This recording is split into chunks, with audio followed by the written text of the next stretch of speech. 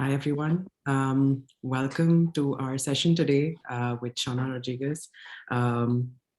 Just waiting for a couple of seconds. We do have good numbers in, so we can start. I wanted to welcome you all for this session today. The moderators for today are myself and Shantanu. I'm Shubhangni. Both of us are coordinators of the South Asia Working Group at Stanford, which is one of the presenters for this event today. Both of us are third-year PhD students at the Department of Anthropology at Stanford. So we welcome you all to today's event, which is presented by the by the Stanford South Asia Working Group, the Stanford Center for South Asia, and the Abbasi Program in Islamic Studies at Stanford. I also just wanted to take a minute to introduce what the South Asia Working Group is. The working group is a space for dialogue, community, and reflection for students and scholars engaging with South Asia, with a special emphasis on connecting scholars across the world. The working group is co-sponsored by the Stanford Center for South Asia and the SPICE initiative at the Stanford Vice Provost for Graduate Education. We also wanted to start the session by recognizing that Stanford is an occupier of the ancestral and unceded land of the Movekma Ohlone tribe. We are grateful to be guests on this land and commit to the solidarity to indigenous struggles. With that, I will pass on the mic to Shantanu to take the session forward. Hi, everyone. So I'll introduce our speaker for today, Shaunna Rodrigues. Shaunna is a PhD candidate in the Department of Middle Eastern, South Asian, and African Studies at Columbia University. She holds an MA and MPhil in Political Science from the Jawaharlal Nehru University in Delhi. She specializes in political theory with research interests in theories of empire and imperialism, religion and world-making, Islam and caste, and anti-colonial constitutionalism. Shaunna is also a core preceptor with the Columbia core curriculum in contemporary civilization. In today's talk, she will speak to us about how Islamic and anti-caste world-making in South Asia critique the abstract rationality of secular political conceptions that uphold borders. She will demonstrate how the reconstruction of religion as a universal site of non-state politics opens imaginative possibilities for social democracy. After her talk, we will proceed to a question-answer round from the audience. We request all of you to send in your questions through the Q&A box. We can send in these questions, you can send us these questions as the talk is going on or at any time after. We will try our best to take as many questions as we can through the time of this talk. Now I invite Shaunna to carry the session forward. Thank you. Thank you so much, Shantanu. I'm going to share my screen now. Yes. Thank you. I want to thank the South Asia Working Group at Stanford, the Center for South Asia, the Abbasi Program in Islamic Studies, for inviting me to present my work here today. I'm thrilled to be here. This presentation is based on my PhD dissertation on the limits and possibilities of anti-colonial justifications for constitutionalism in India. Today, I will be presenting sections of the initial chapters of my dissertation. Towards the end of 2019, India witnessed protests across the country. While the reasons for the protests were not uniform everywhere, the civil disobedience towards constitutional amendments passed by the Indian state were primarily undertaken by Muslim residents of India with solidarity from different groups. There were three characteristics of these protests that are crucial to the questions that I will pursue today. First, the protests sought to ground their claims in the longevity and pervasiveness of Islamic imaginaries of the social ecology of India. Protests did not merely occur in cities, but also took place in smaller towns and villages, and sometimes even in fields, to demonstrate that the place that is India is inhabited and dwelled in by Muslims. They served as a grim reminder of the question that lies at the heart of legal restrictions against Muslim aliens gaining citizenship in India. Do Muslims have to transform how they understand the worlds they dwell in to live in India? Second, Muslims in different protests across the country were actively building alliances with non-Muslims, especially Dalits and other minorities. In almost all protest meetings, the historical political figure that featured most prominently was Bhim Rao Ambedkar. Today in India, the worlds shaped by Dalit ways of being have become a part of Muslim worldmaking. There is much receptivity to a converse process as well. What are the grounds on which this receptivity can be justified? Third, in multiple moments across the protests, protesters would narrate events from the varied history of Islam. Some were uncomfortable with this mode of accessing a past, insisting that if a past had to be accessed, it should be a secular past of an earlier Indian nationalism. However, could this different turn to the past through religion help build a plural conception of the collective self? Does such a collective self have to prioritize unity in the nation state, or can it also proceed through ideas of world making? In answering these questions today, I first argue that secularism is limited by political borders and the avoidance of internal conflict within a polity. This raises questions for the justification of its universality, which ground itself in abstract, foundational, normative principles. I then turn to Islamic intellectual history in modern India to demonstrate how thinkers like Abul Kalam Azad contested the secular universality of liberal imperialism through a conception of self-knowledge and world-making that upheld dwelling. The third section of my presentation outlines B.R. Ambedkar's emphasis on the necessity of religion as an ethical moral foundation for society. I close with a few reflections on the relevance of Azad and Ambedkar's thought for contemporary Indian politics. I begin with 6 different ways in which secularism, secularization, and the secular are conceptualized. The first, put forward by Akhil Belgrami and what I call conceptual secularism, makes a clear distinction between the conceptual meanings of the 3 terms. Secularism is a stance to be taken towards religion within the realm of a polity. In contrast to secularism, the secular has the character of a cognitive condition which treats human experience as shaping the bounds of the world. Secularization depicts various historical processes and phenomena that mark the shift or transformation in conditions of belief. Because it is limited to the realm of the polity, the justifications for the adoption of conceptual secularism depend on reasons internal to a polity rather than reasons that rely on externalist rationality. The second conception, recently tagged as minimal secularism by Cecil Laborde, outlines evaluative norms for arrangements between the state and religion via disaggregated yet abstract liberal democratic ideals of public justification, equal inclusion, and personal liberty. Minimal secularism relies on abstraction to avoid idealizing any one national model of secularism. However, it presumes that repetitive practices of justification for secularism will be sufficiently exhausted by external abstraction rather than emerging from conceptions of the good internal to a polity. Third, in what I call secularism as toleration, the state adopts secularism to prevent conflict among the people it represents. Primarily associated with theorists like Rajiv Bhargava, secularism as toleration views conflict across religious groups as necessarily escalatory and having no internal limit. Given this, the state has to maintain a principal distance from religion in order to prevent conflict. This conception of secularism exclusively speaks to the state, and because of this, holds relevant primarily for conflicts within a state's borders rather than beyond the territorial boundaries of a state. The fourth conception refers to secularism as a condition of agonism.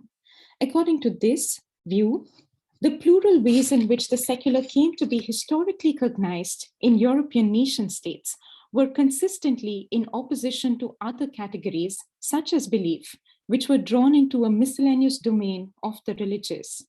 Its theorists, such as Talal Asad, argue that this opposition was consolidated when European ideas of the secular were used by modern empires to categorize various practices and beliefs in its colonies as religious.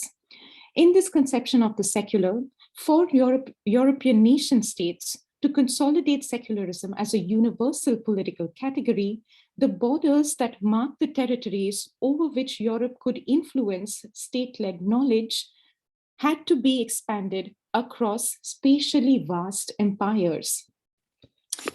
In the fifth idea of secularism as colonialism, as a colonial imposition, the imposition of secularism by the colonial state in the colonies caused irreversible structures that contain interaction between belief systems to their management by the modern state.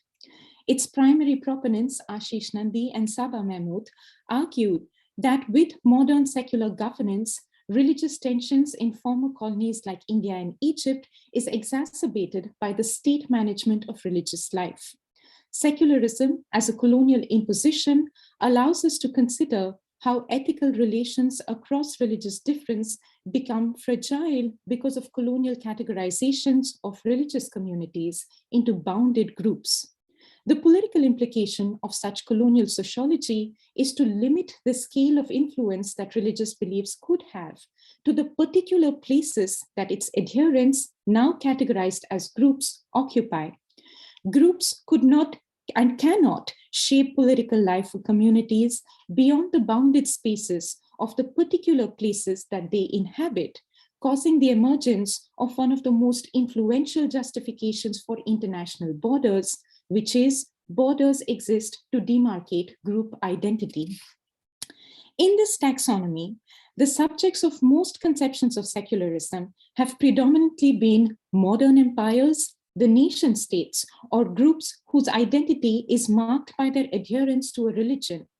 Given this, secularism's ability to explain how the political takes or ought to take a stance towards religion is limited to how a state manages religion within the geographical borders of its polity. This is particularly the case when dealing with the religion of a minority. The political impact of this limit of secularism is that when state management of religion fails due to conflict between different religious groups, it allows difference in religious group identity to become a justification for territorial borders. In a sixth idea of secularism, which is not limited by borders, the secular is viewed as a change in conditions of belief. In this conception, the secular is a new context, which puts forward the world as accessible primarily through human experience to be an epistemically progressive mode of understanding reality. At the same time, it makes seeing the world as a testimony to divine purpose to be a reflective option for the self. The secular then provides a new ontological condition for the self, one that can simply volunteer to submit to a religion, but to do so, the self has to know itself and recognize its responsibility towards others. Such a conception of the secular, as theorized by Charles Taylor, lends a subtle normativity to the idea of secularity by defending a plurality of self-understandings that emerge from the new context of the secular. In contemporary India, whether such a recognition is extended to a plurality of religions remains a serious question, both for religious majoritarians and for secularists. However, in the face of conflict, the state has opted to uphold secularism's boundary problem and deny citizenship to aliens who adhere to Islam. This raises questions for the critical relevance of secularism in a world where the contemporary international political system renders normative claims that question it as only marginally relevant. The nation state, after all, was not always a given, particularly during the critical juncture that marked the transition from imperial rule to post-colonial possibilities. Contemporary writing on world-making, through political thinkers who went beyond nationalism to construct anti-colonial international, Contemporary writing on world-making envisages world-making through political thinkers who went beyond nationalism to construct anti-colonial international institutions that could contest how modern empires had structured the international system. However, this writing emphasizes decolonial worldmaking after empire. My work turns to a different moment of anti-colonial worldmaking, one that took place before the end of empires and whose beginning coincided with the new idea of the Muslim world. Towards the end of the 19th century, when the worlds shaped by modern empires were being reordered, a new idea of a unified Muslim world was put forward by French Orientalists. Prior to this, while there did exist a world extending from the Balkans to Bengal, probably beyond Bengal, in which the importance of being Islamic circulated, what Orientalists such as Ernest Renaud referred to as the Muslim world simply did not exist as a unity.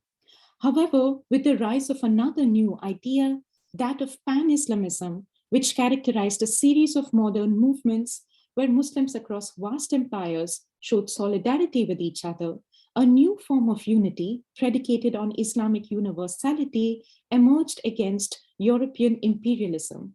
The unity was given the label of a Muslim world.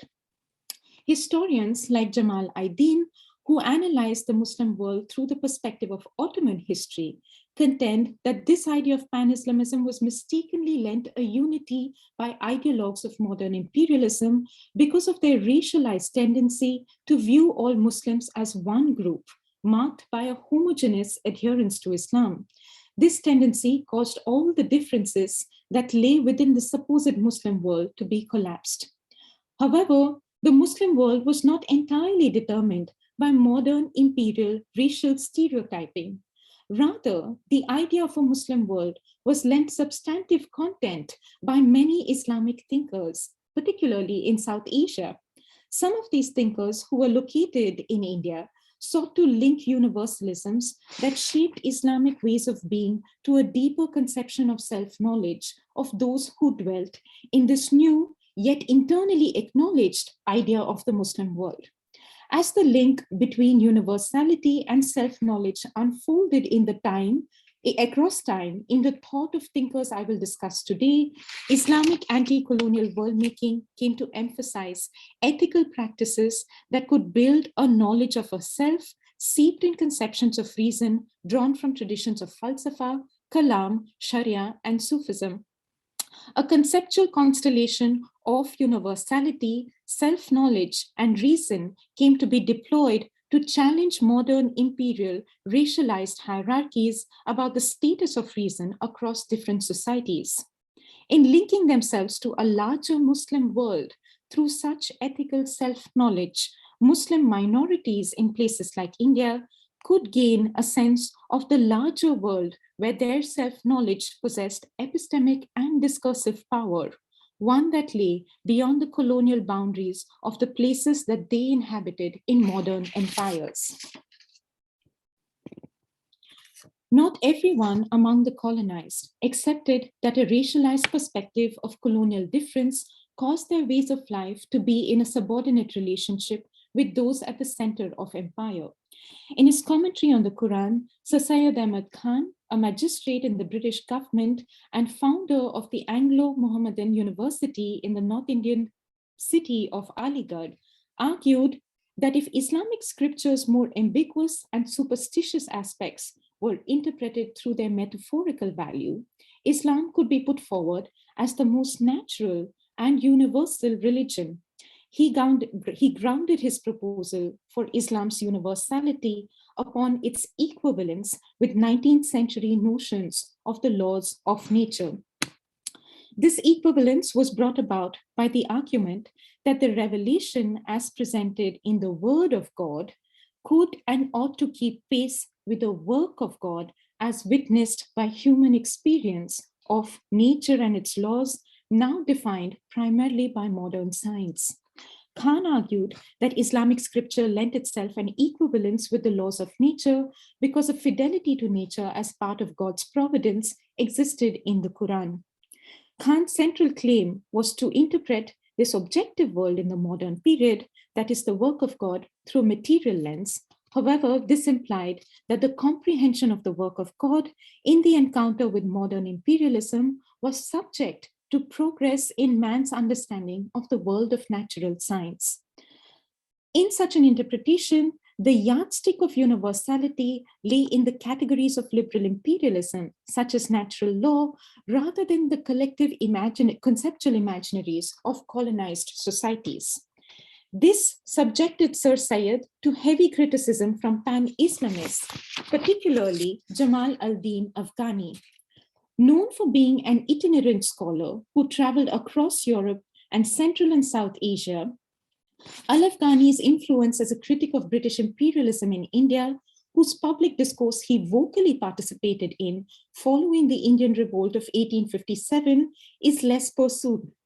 It was from Islamic tradition's adoption of philosophy with a Hellenistic base, or falsafa, which upheld demonstrative rational proof as a form of justification for revelation, that Al-Afghani sought to find the grounds for thinking about ethical life in the Muslim world. I quote, "It was through philosophy that virtuous characteristics could be distinguished from vicious habits, so that spiritual perfection might be achieved through man's refinement and purification. Once reason arranges for the rectification and straightening of manners, reason directs its thought towards itself, seeking its own anticipated perfection, true life, eternal happiness, and intellectual pleasures. These grounds, which characterized Islamic philosophy in the medieval period, were for Al-Afghani not a way of looking at the past to recover its greatness, but a distinct justification for adhering to traditions internal to Islam, despite the onslaught of European modernity. Living an ethical life involved inculcating the ability to cognize, repeat, and build on good acts progressively. Self-knowledge gained through such ethical life was both a continuous form of becoming and an epistemic orientation towards a form of reason that was not simply embedded in materialist, externalist understandings of the world." Speaking in the South Indian princely state of Hyderabad about the combination of ideas of both Easterners and Westerners in the knighted Sir Syed's commentary on the Quran, Al-Afghani said, "I thought that this commentator would have demonstrated the necessity of religion in the human world by rational proofs. However, I saw that in no manner are Quranic ethics explained. He left without commentary the promulgation of virtuous ethics and good habits." Afghani's criticism of Khan's commentary was that it had left Muslims in India unsure of how much they should strive towards Islamic virtues, allowing them to remain in slavery, humiliation, and abasement, rather than competing with liberal imperialism in the arena of virtues. The anxiety around making Islam an equal partner with the natural sciences was not a small matter, but a question of the essence of the self associated with Islam. For the Islamic thinkers from the Indian subcontinent, who Al-Afghani influenced, like Abul Kalam Azad, perceiving the self and the world in this way involved an inward turn when confronting the mastery of liberal imperialism. However, this inward turn was not simply a detached observation, but paved the way towards dealing with colonialism as a less permanent structure that they initially took it to be. It actively oriented the self towards a fourfold vision of universality, which could, 1, question the universalizing claims of modern liberal imperialism, 2, criticize the tying of self-knowledge to the past of a particular territoriality, as in the case of nationalism, 3, put forward the testimonies of Islam to varying forms of universality, and 4, acknowledge the virtues of non-Muslims in shaping the Islamic self. The challenge of imagining alternative universals to those imposed by modern empires was to do so in a way that did not simply build a nostalgia for the past, a luxurious apologia for the present, or mark the condition of zillat or humiliation brought about by the erasures caused by colonial modernity.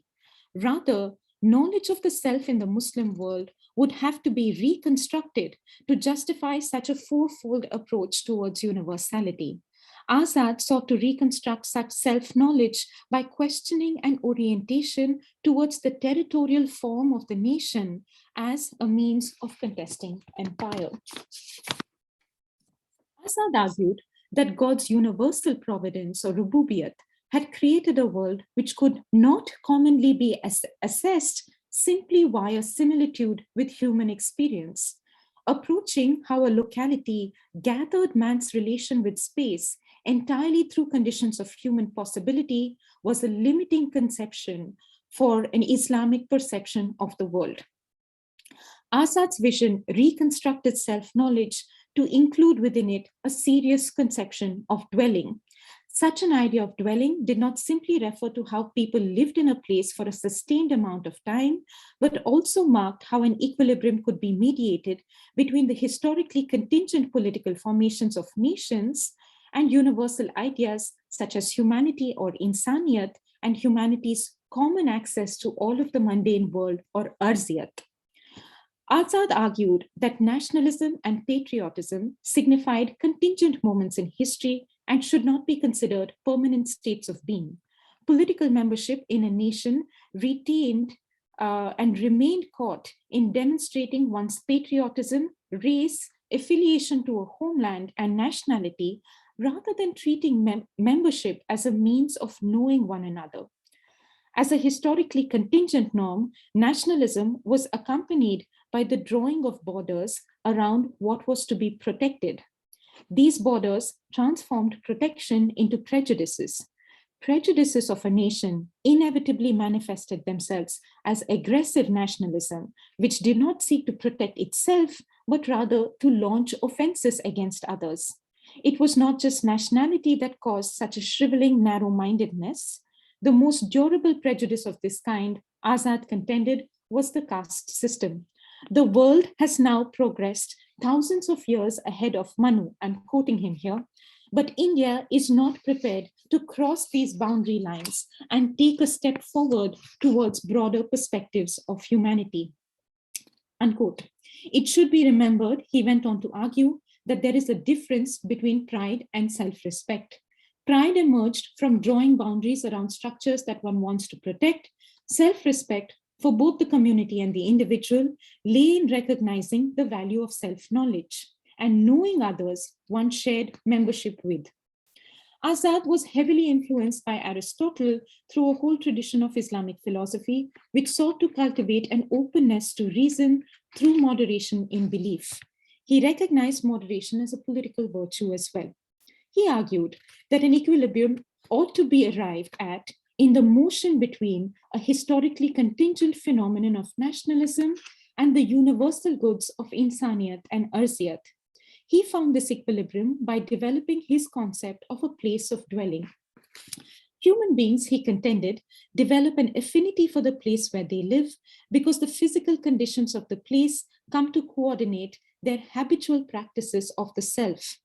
Their conditions of dwelling gave them continuity and a consistency of experience. In the shared experience of dwelling in a place of habitation, sectarian affiliations also merged and led to the growth of a feeling of knowing both the self and one another. With the growth of society, this merged understanding that shaped the collective consciousness could extend beyond whole countries. It was in this form of expansion in one's sense of place that one would understand the meaning of arziyat, and this is what called for the mobility that was actively pursued in the worlds shaped by Islam. It was this idea that Azad consistently deployed against ideas of nationalism proposed by the Muslim League. As a political counter to this position, he deployed a receptive idea of the universals of Islam as available to all, including non-Muslims. As universalisms, Azad believed that even non-Muslims should debate and possibly redefine Islamic ideas, as long as this was done without the intention of undertaking a war against Muslims. Such universalizing imaginaries were not marked by a horizon of belonging in which actors are objectively present. Rather, their substantial concepts and categories signified which and what kind of world was actively being made by its actors. As the critical juncture that marked the transition from imperial forms of rule to post-colonial possibilities unfolded, those who were shaping this new idea of the Muslim world had to confront contentions from multiple systems of thought in India. The dismemberment of the caliphate created a great deal of anxiety on how the inward turn caused by the new idea of the Muslim world could now reorient itself towards the emerging theater of the Indian public, in which Indian nationalism was the main actor. However, there were multiple contentions in this theater of the Indian public, in which different subjects were seeking to build a constellation of concepts on which the exterior grounds for the self's common relation with others could proceed. In building such a constellation of concepts, thinkers like Ambedkar argued that what was primary to it was not a founding moment. Although this might be necessary, it was certainly not sufficient. Rather, what was primary was an unfolding of moral pressures against situations of social negativity. It was through the repetitive exercise of moral pressure against social negativity that a self could expand its societal relations and society could ethically develop better conditions for self-respecting individuals and their associative lives. As a self-regarding individual or collective group that saw itself as responsible for its own independence without taking on any correlative responsibility for the dependence of its authority on other individuals or groups, would develop a structurally deficient condition or conception of itself. In insisting on its sovereignty to take religion or caste or nationalism to be a certain way, such a self would take all other selves that it interacts with as caught in the horizon that it set for itself, presuming that in doing so, it is making a normative advance.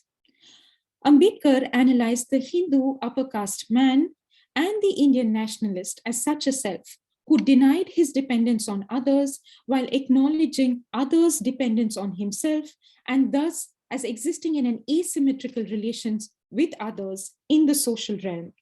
This way of being for Ambedkar indicated an imperial rather than pluralistic independence.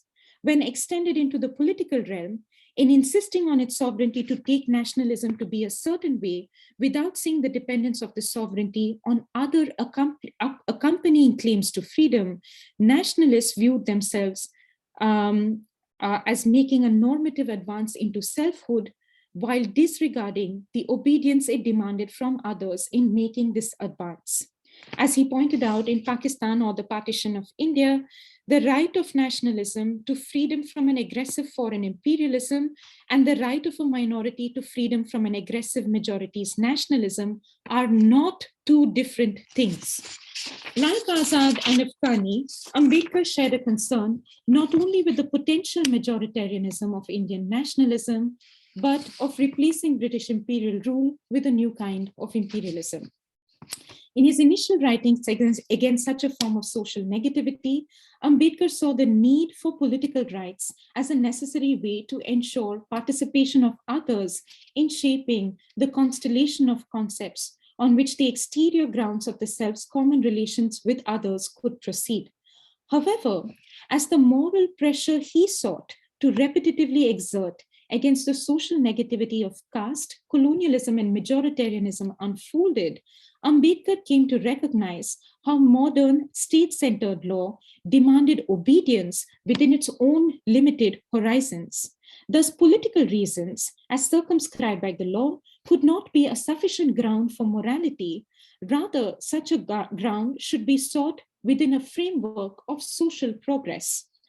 However, the social was foundationally constituted by religion. For Ambedkar, to argue that the religion had nothing to do with the social was foundationally false. Without religion, the individual could not participate in the life of the society, as it was through religion that an individual gained the disposition towards self-consciousness as a social ethic. Thus, an important criteria for assessing religious life as it shaped society was to analyze how it allowed for each individual's apprehension of their self and their recognition of the other. The norm through which religion could also be evaluated was its capacity to embrace epistemic and political revolutions in the world of human experience and make abstractions generated from such revolutions more conducive to social life. As society developed, Ambedkar argued that it settled with a social ethic which allowed for certain ways of the good for society. However, such a social ethic could not be regarded as moral if it was simply repeated over generations and accepted by society. Rather, it would act as a means of social control and effectively as law. For religion to be considered moral, individuals in a society had to voluntarily choose the good. If religion did not allow the self to pursue what was reflexively considered to be the good, then it could be subject to criticism and also be rejected entirely as a societal mode of ethical conduct. Ambedkar characterized Hindu society as one in which caste was accepted over generations as a fixed object. Caste made morality caste-bound rather than something that could be universalized through a mutual learning across castes. This is why a caste-bound society did not allow aliens to be made its members and participate in social life. A society which was hostile to aliens would also be hostile to conversion. Untouchability, sanctioned by Hinduism, denied Dalit self-respect because it viewed them as incapable of pursuing a conception of the good besides that ascribed by their caste. The denial of self-respect to untouchables was the strongest justification for their conversion into another religion where the value of life and self-respect was universalized. The Buddha's Dhamma provided such a universal ground, not only for life and self-respect, but for the moral disposition of the self in the world. Now, for Ambedkar, religion was something that could not just be analyzed simply through the descriptive teachings of its belief system. He did not believe that the aim of religion was to reach God. Rather, he argued that religion should be analyzed through the ways in which it was grounded in human experience. It is this emphasis on human experience which caused Ambedkar to focus on the relation between man and society. But it also caused him to be critical of religions which did not seek to understand God through a similitude in human experience, such as Islam. This would prevent a thick overlap between Islamic conceptions of self-knowledge in Azad's thought and the way in which it grows through ideas of dwelling and universalities of arziyat in Azad's thought, and Ambedkar's conception of self-respecting self-consciousness. However, both these thinkers emphasized the value of plurality in understanding the ideas that they took to be foundational to the self and religion. Despite this thin overlap between them, their reconstructive approach provides several resources for religion as a site of non-state politics in India today. The first is to criticize nationalism if it cannot remain open to aliens. The second is to deploy dwelling as a primary mode of merging different interests into a common vision of collective life. The third is through a recognition of how one's own individual and collective selves are dependent on others' interests. And finally, it is through the continued emphasis on ethical conduct as the foundation for politics emerging from non-secular moralities. It is through these four modes of being that their Islamic and anti-caste thought paves the way for the reconstruction of religion as a universal site of non-state politics in India. Thank you. Okay.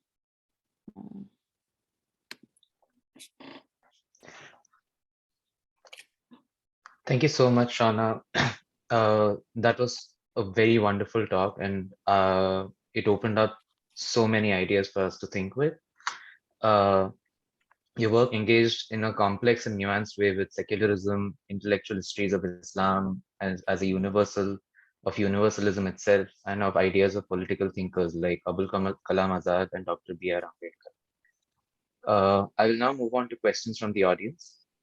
I will first club two questions which kind of go towards a similar theme. They are both asked by anonymous attendees.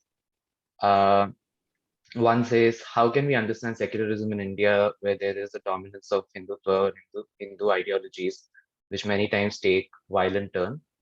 And the second asks, how do we understand secularism in the context of the university space in India where public universities are attacked, university students are labeled anti-nationals, and there is a rise in demonstrative patriotism?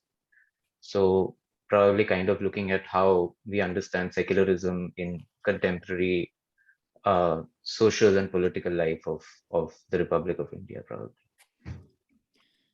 Thank you for this. I have, I thank you for these questions. Let me tackle the question on university spaces in India first. I think it's a serious question to ask whether university spaces in India can consider religion as a site of non-state politics. I have studied in universities in India and lived in them for a very long time. And they were dominated by secular vocabularies. And therefore, for religious ideas to make inroads into the common language or the common vocabulary of politics in university life was very difficult and fairly marginalized. And I think both Ambedkar and Azad give us the resources through which religion can enter how university life thinks about ethical conduct in politics and about common visions of social life. The second is about the dominance of Hindutva today. It is clear that Hindutva premises its ideas on a new kind of nationalism, one that is distinct from the secular constitutional nationalism propounded by the founders of the Indian nation state and of Indian constitutionalism. However, there is a common ground between these two different ideas of nationalism. And the common ground is that ideas of politics need to be bounded within the borders of India. So one of the things that I think both these thinkers lend us, one of the ideas that both these thinkers lend us is that we can think about politics beyond the boundaries of India using universals. And they indicate towards the limitations in the universality of nationalist conceptions of the world. Further, I think there is a difference between the way in which contemporary Hindutva's nationalism exists or performs itself compared to the older kind of nationalism of the constitutional variety. And this is by completely adopting a conception of the self which does not need to acknowledge its dependence on others. Minorities or lower caste groups do not have to be included in the conception of nationalism that Hindutva has built, this is where the problem lies. And therefore, the kind of self-knowledge that emphasizes knowing the people that one dwells with is very crucial to contesting this kind of nationalism. Thank you. We move on to our next question. So this is by Sania Ismaili. She says, hi, Shaunna, thank you for the informative talk. My question is, how does your reading of Azad and Ambedkar add to the initial comments on the quote unquote limits and borders of secularism you mentioned? Are you positing Azad's and Ambedkar's comments on religion for an alternative understanding of secularism, or only to point out the limitations of the normative universalism posited by liberalism? Thank you, Sania. Thank you for that question. I think I am proposing that secularism has its limits. One of the big limits of secularism is also that it prevents us from reading Azad and Ambedkar in this way. Azad and Ambedkar are constantly read as secular thinkers in India when they are simply not valuing secularism as a primary to the way in which they think about politics. So I would place them in a conception of secularism, which is the sixth conception that I propose today, where you understand that we live in a secular world where conditions of belief have changed. But because we live in the secular world, time can be brought into the way in which we think about religion rather than letting religion remain static. What does this mean? It means that religion can open itself up to reconstruction. It does not have to remain fixed. And then the grounds of this reconstruction have to be worked out through knowing each other, through ethical conduct, and by dwelling in the society that we live in and thinking about what this dwelling means. So I don't see these thinkers as secular thinkers, but they are thinkers who are aware of what it means to make religious arguments in a secular world. They're not simply interested in criticizing secularism. They understand that this will not lead them to a productive point in politics, but they want to bring time into the way in which they think about religion and shape the boundaries of this religion and open it up to universal possibilities. So unlike most conceptions of secularism, which see religion as bounded, these figures do not see religion as bounded, and therefore make the claim for religion to interact with secular conceptions of the world within a political or social domain. Thank you, Shaunna. Our next question is by Valerian Rodrigues, who asks, what happens if the idea of nation becomes coextensive with pluralism, including religious and cultural minorities? And he says such an idea of nationalism could be seen as internal to Abul Kalam Azad and Dr. B.R. Ambedkar's thought. Thank you for that question, Professor Rodrigues. Yes, this is how Ambedkar and Azad have been interpreted, predominantly via a much shorter past of Indian constitutionalism, and they are available to those readings. However, one of the things that my reading of these thinkers does is expand the past through which they can be read and not limit it to the terrain of legality through which the nation has been envisaged, but through a much larger terrain of anti-colonialism, which does not limit itself to nationalism. So while the former reading of a plural constitutional nationalism in India allows itself to speak to people like Azad and Ambedkar, and Azad and Ambedkar at many moments say the constitutional state of India is a necessary condition for thinking about common collective life in India. They're not critical of the state.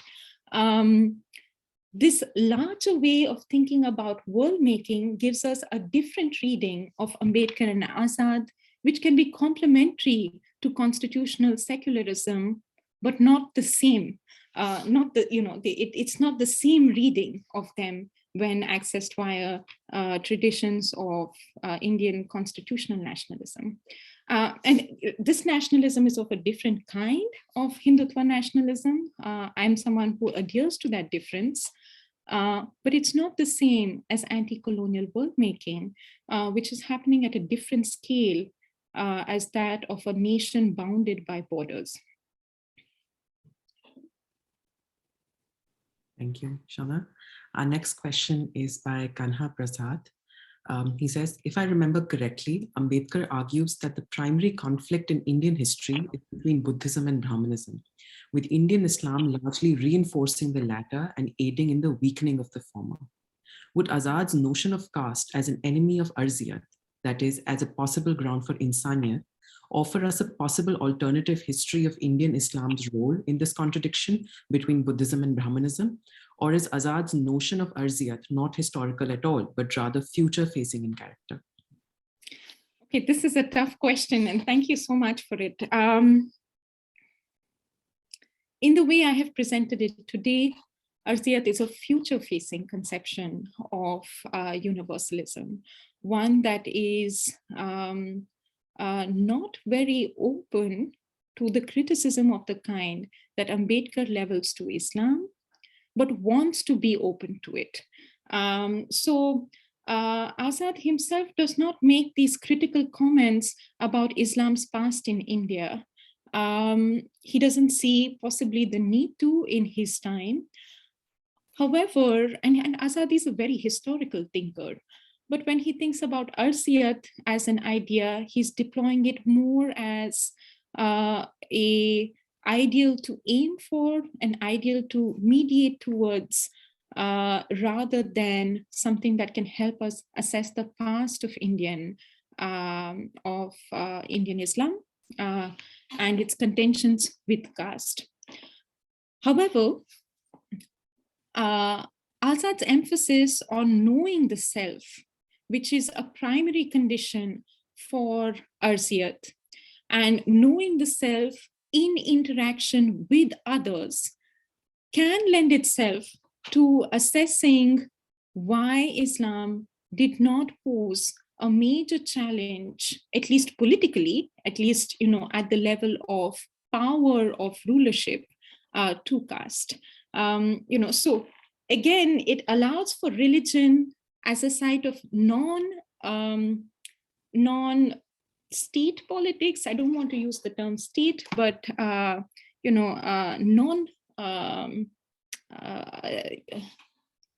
don't want to use the term state, but non-authoritative politics, maybe non-rulership politics, to proceed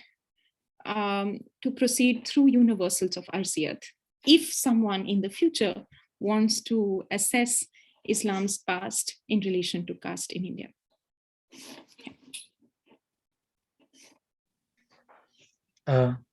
Firstly, I want to also just mention that we have around 10 minutes more. So I would request all the attendees to write any questions that they have so that they can be asked, and we'll try our best to take forward all of them.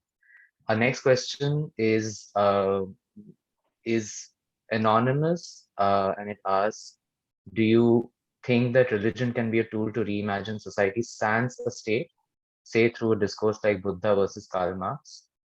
That is, our idea of state is mediated by colonial political modernity. Can religion be a site to envision plural futures? The simple answer is yes. Buddha, the speech on Buddha and Karl Marx is given in Kathmandu, beyond the borders of colonial India. And the way in which Ambedkar conceptualizes Buddhism there is very much as a universal religious doctrine, rather than one which has to be necessarily adopted within the confines or the boundaries of a nation state. My answer to that is simply yes. Both these thinkers are using what I label as world-making. They're thinking about religion as universal ideas which can be implemented beyond national boundaries. However, they don't demand necessarily that mobility be the criteria for this kind of world-making. Such universalities can emerge from the place of dwelling as long as there is an ethical emphasis on knowing others, and allowing for others to shape the way in which one conceives of the self and normative possibilities that the self uses to either critique power structures or to envision common collective futures. So religion can very much be a site of pluralism for both these thinkers. A question which has just come up, which I think ties very well to what you just answered, and it sort of raises the important point of caste amongst South Asian Muslims, and particularly in India. And the anonymous question or the comment goes like this: it seems that secularism itself homogenizes the Muslim population group as one group, which hinders the social discrimination amongst Muslims itself to come out to the surface. For instance, the recent re-emergence of Pasmanda Muslim politics in India highlights a deeply built discrimination in Indian society. And the attendee then says, I'm afraid that the discourse of secularism in any form cannot let these voices to come out in the public. But the reason I think this is important is that would you want to say something about the coming together of caste amongst Indian Muslims and in South Asia, but more broadly? Yeah. Thank you for this question. Now there is a lot of very interesting, both historical and anthropological work emerging on caste within Islam. It's not something that Azad very seriously wrote about. However, Ambedkar is constantly pointing towards it. And Ambedkar is very clear across his writings that caste exists beyond Buddhism. Work that is emerging on caste within Islam is also emerging. It is substantiating the argument that Ambedkar puts forward for social progress. In order for social progress to take place, there has to be a deep engagement with how religion can be used to implement fixed structures that are unquestioned, both within itself and beyond religious boundaries. The point of assessing religion, at least for Ambedkar, is to see how it provides a society with grounds for a social ethic that is either fixed or that can be critical. And if it is fixed, then one has to level moral pressure against the social negativity that this fixity can enable. And therefore, the claims of Pasmanda Muslims have a lot to gain from the way in which Ambedkar conceptualizes religion as a social ethic.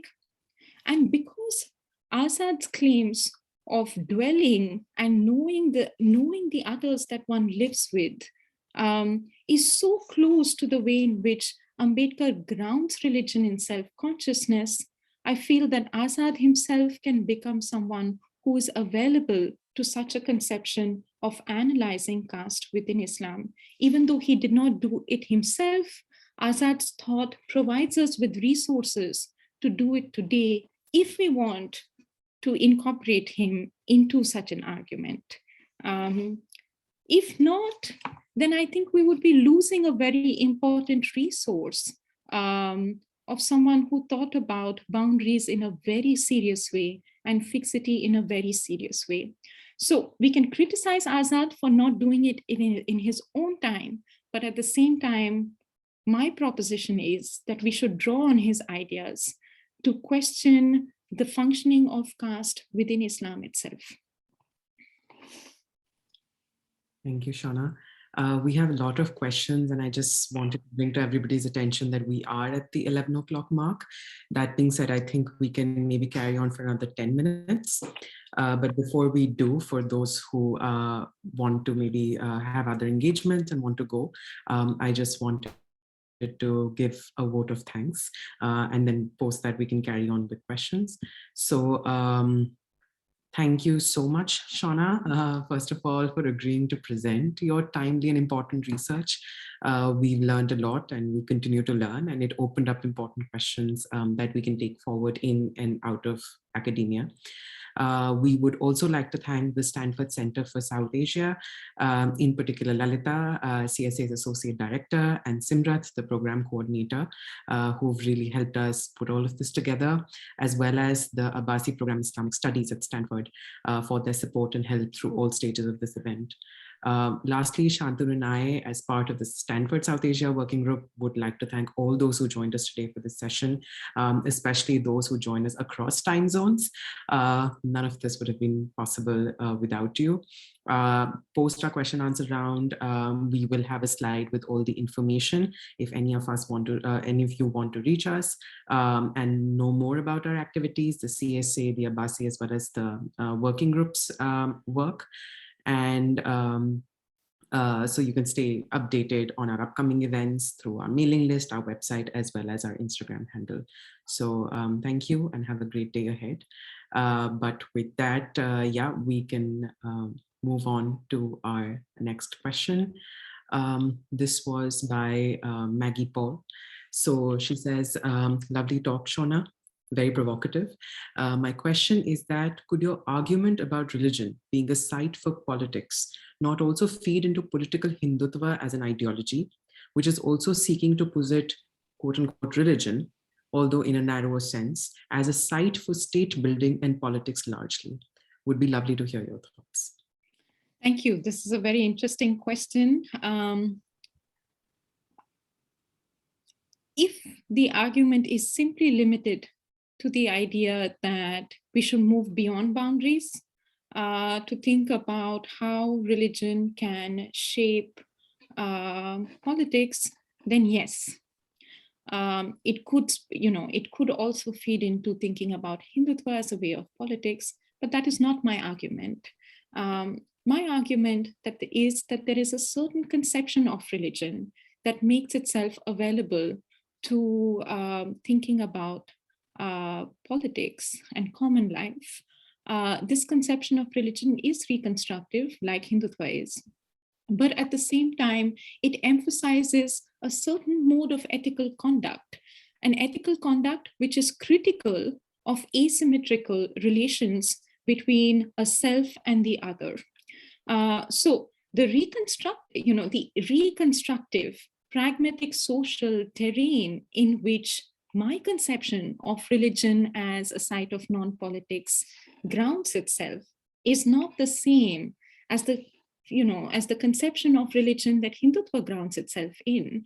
Hindutva has foundational ideas central to the way in which it thinks about politics. There are these, 5 conceptions of a common culture, language, land, etc., that are foundational to Hindutva's way of thinking about how religion must be practiced in a common site, in a common place like India. This is not my conception of religion as the site of non-state politics. My conception is very much grounded in an idea of social progress, where the self has to take into account how its authority is dependent on the interests of others. And therefore, it is a conception that is plural rather than imperialist, like Hindutva is. So this is the major ground, at least the philosophical ground, of distinction between the 2 different ideas of religion as a site of non-state politics. And obviously, there is an emphasis on pluralism in mine, in the way in which Azad and Ambedkar think about religion as a site of non-state politics, that Hindutva subjects to all kinds of conditions, and primarily the condition of assimilation. So, if one had to be fair to Hindutva, which one doesn't want to be fair to Hindutva always, but Hindutva claims that we also have a conception of pluralism. Others can exist in India as long as they accept the primacy of Hindutva as a way of life in India. So assimilation becomes their framework of pluralism, and this is simply not the case for Azad and Ambedkar. Not just because they were thinking for minorities, but because they have a very different understanding of religion itself. One that has to be universal because it emerges through interaction between the self and the other, and not something that is universal because it has certain foundational arguments that cannot change. Sorry, I'll make one more point. I think it is because of this that they have such a staunch criticism of abstract rationality. It is through ethical conduct, grounded in the idea of social progress, that religion as a site of non-state politics can shape a critical social ethic, as opposed to a social ethic that is fixed, that is not plural, and that is assimilatory. Okay, yeah. Thank you so much, Shaunna. I think this we'll be taking our last set of comments and questions now. So David Lellywell writes a comment that a lucid and rich presentation, the claims to universality implies the availability of universal truth. The role of pluralism in the liberal tradition from Mill is as a way to discover this truth as opposed to religious authority. And Sir Syed writes in the colonial context of British/Christian claims to ultimate truth and did not anticipate nationalism. Whereas then they claim that Iqbal, Tagore, and others were critics of nationalism, just as you said that Azad saw it as merely historically contingent. So if you have something to say about this, we can go ahead with this. Otherwise, we could ask a further question. Yeah. Thank you so much for this question, David. Obviously, I rely on your work all the time to think about the way in which I think about my own ideas. I agree with you. I don't think that Sir Syed is anticipating nationalism. And Sir Syed has a certain idea of how a politics of presence can be built for people who are not Hindu nationalists. And there, I think Sir Syed has a fairly plural conception of what it means to exist in India.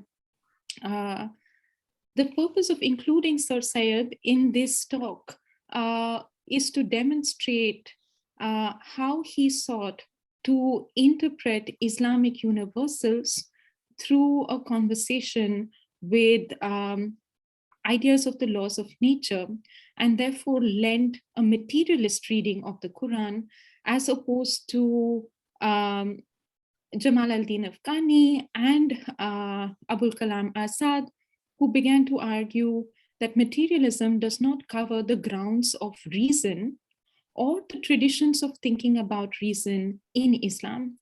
So the criticism against Sir Syed, which is an internal criticism, at least if one were to think about an internality to the world of Islam, is that it does not allow for modes of self-knowledge to come to the fore.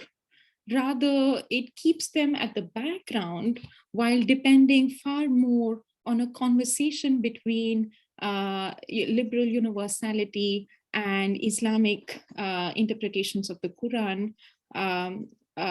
So the emphasis is far more on building an overlap than on thinking about how self-knowledge can ground thinking about universality.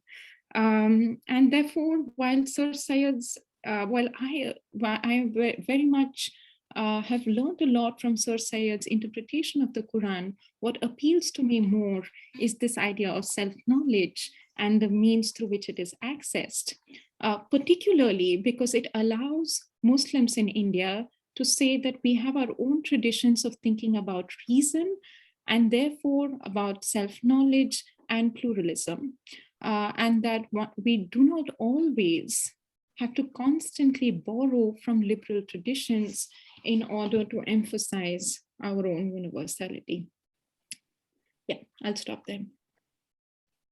Thank you so much, Shaunna. I think finally, and this is something which we, as a working group, and we are trying to also give current graduate students, current researchers, interesting ideas to work with for their own work and for our own interests. This is a question which really comes from that.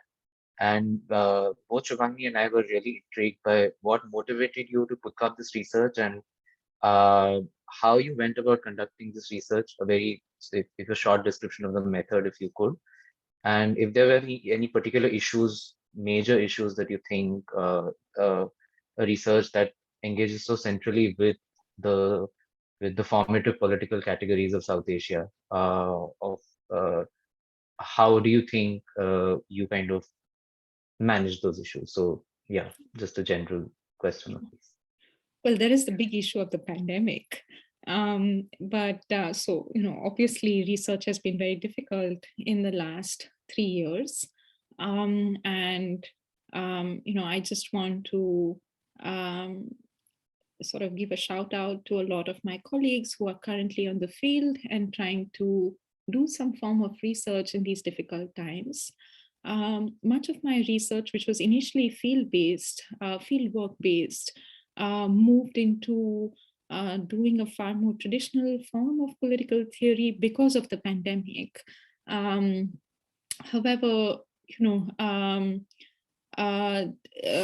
there's different grounds perhaps to the way in which this research has proceeded.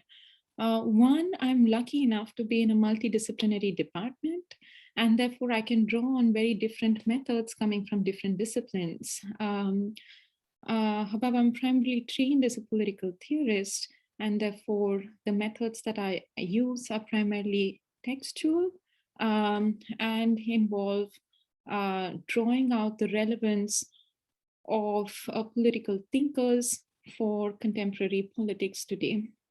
The method that I went about, the methods that I used also have expanded into some archival methods, although this is very difficult, not just because of the pandemic, but because some of my archival sites included universities in India, like the Jamia Millia Islamia, where it was simply difficult to work during the NRC anti-NRC CA protests, with the police entering into libraries, etc.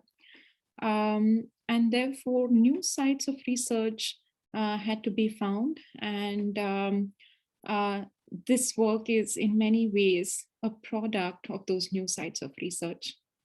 Finally, there is a theoretical problem itself in thinking about universalisms coming from the non-West or the non-liberal world. I don't want to say West because often it's used as a very putative category.